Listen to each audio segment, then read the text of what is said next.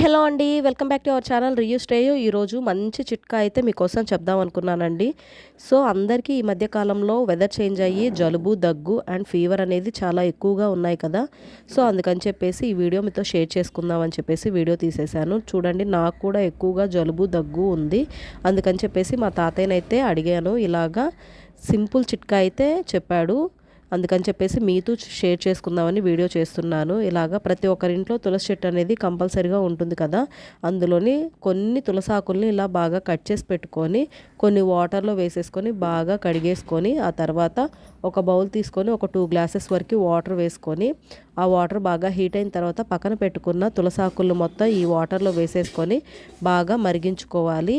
ఇలా బాగా మరుగుతుండంగా ఇందులోకి ఒక 2 లవంగాలు కూడా వేసేసుకొని బాగా మరిగించుకోవాలి. చూడండి, 2 గ్లాసులు ఉన్న వాటర్‌ని బాగా మరిగిన తర్వాత 1 గ్లాస్ వచ్చేంత మటికి మరిగించుకొని ఒక దాంట్లో వడకట్టుకొని పక్కన పెట్టుకోవాలి. ఇలాగా కొంచెం సాల్ట్ వేసుకొని ఒక 2 డేస్ వాటికి తాగితే జలుబు, దగ్గు అండ్ వైరల్ ఫీవర్ కాస్త అస్సలు లేకుండా బాగా ఫ్రీగా ఉంటుందండి. మీకు నచ్చితే ఈ చిట్కాని ఫాలో అవ్వండి.